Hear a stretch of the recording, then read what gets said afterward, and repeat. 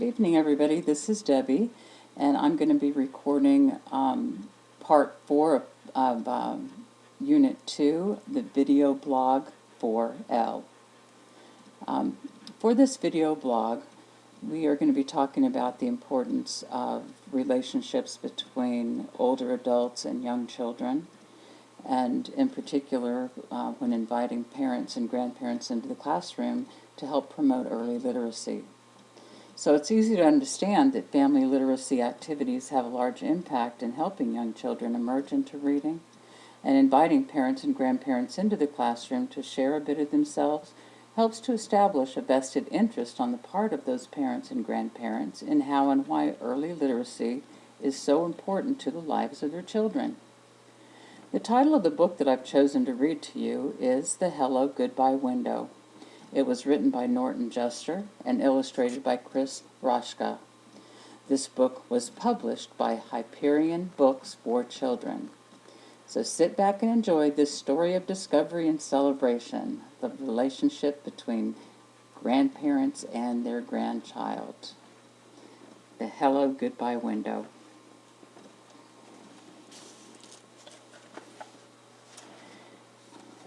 Nana and Poppy live in a big house in the middle of town. There is a brick path that goes to the back porch, but before you get there, you pass right by the kitchen window. That's the Hello Goodbye window. It looks like a regular window, but it's not. Can you see it right here? Yeah.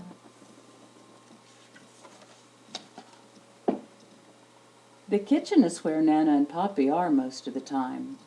So you can climb up on the flour barrel and tap the window, then duck down and they won't know who did it. Or press your face against the window and frighten them. If they're not in the kitchen, you can't do any of those things, and you have to wait until next time. If they see you first, they wave and make silly faces. Sometimes Nana peekaboos me, which always makes me laugh. So I get a lot of extra fun and hellos before I even get inside.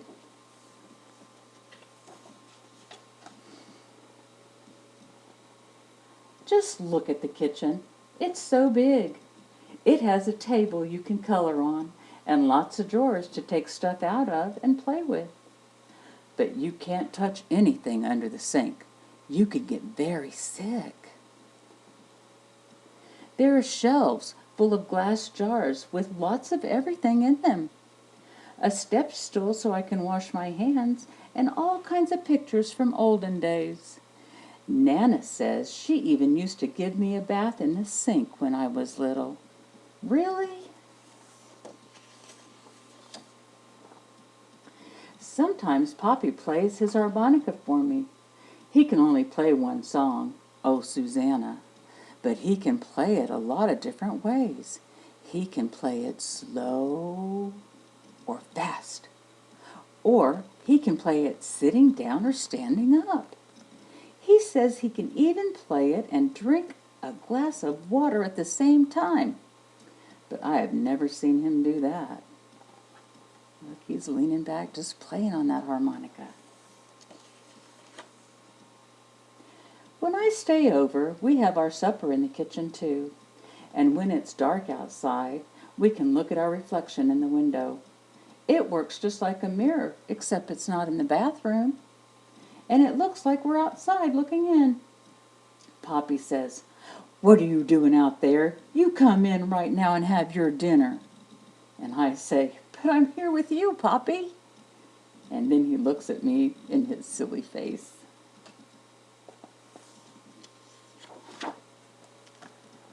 Just before I go to bed, Nana turns off all the lights and we stand by the window and say goodnight to the stars.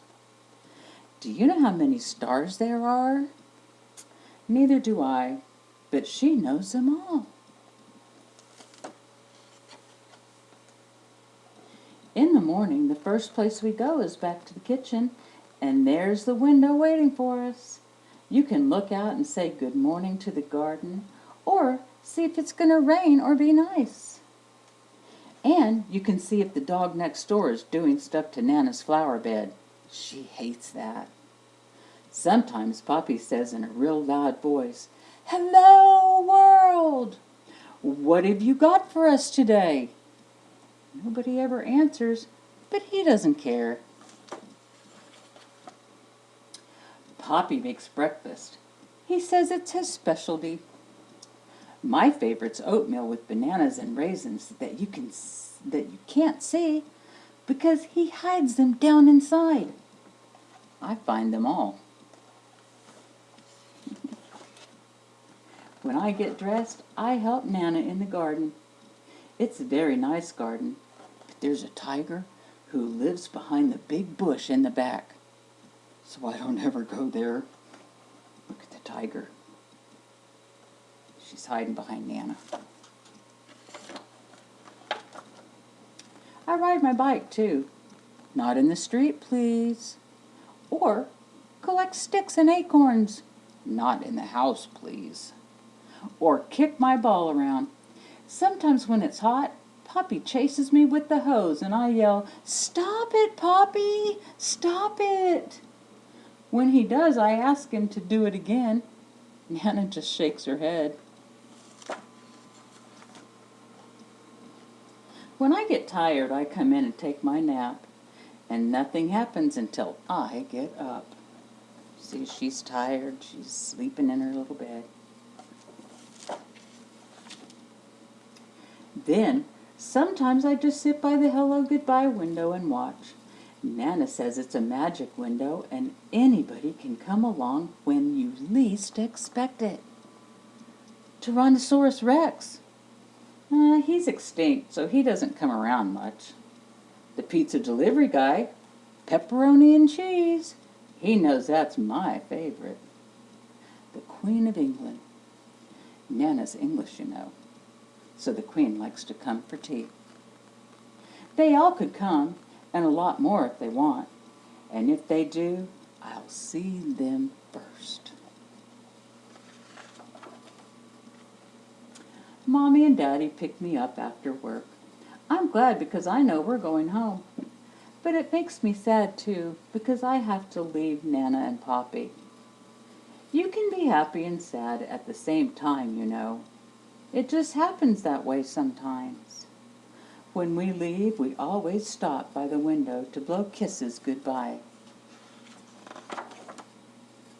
When you look from the outside, Nana and Poppy's house has lots of windows, but there's only one hello goodbye window, and it's right where you need it.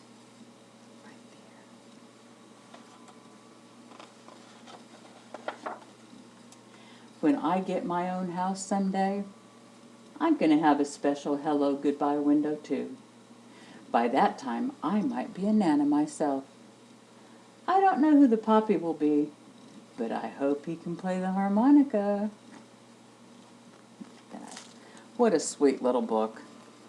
So, to enforce this idea, relationships formed between young children and aging adults are mutually beneficial and can lead to a very close and rewarding bond between the two. I believe it's extremely important for young children to be introduced to elderly people, and this could be in a way that is both respectful to the elder and to the child. Most toddlers and preschoolers are only familiar with the adults in their immediate family, and they become fearful and timid around the unfamiliar. Therefore, the initial interaction between an elder extended family member could be quite strained at best. Like other new experiences, it's best to just let that child warm to the situation instead of forcing it. It shouldn't take long before that youngster looks forward to the attention and the time spent with that aging adult. In our society, adults are living longer and more productive lives, and the likelihood that our young children will have direct interaction and relationships with seniors is a distinct possibility. So there's more grandparents raising their children, their grandchildren as well. And so the likelihood of a toddler seeing and engaging a grandparent of his classmate while attending any kind of school social function is very possible as well. So although this is not a new phenomenon, it can be quite stressful and depressing on the part of grandparents. Seniors, like many other cultures in our society share the need for acceptance and respect by other members of society. They want to be identified as individual with many values and talents and not to be deemed as different. The elderly adults in our society play a very important part in everybody's lives, not just the young, but their patience, their wisdom, their life's experience are all, parts of the treasures that they hold and can share with the young children as they enter classrooms of their grandchildren. So that is what I have for tonight. I hope that you've enjoyed this book. Thank you.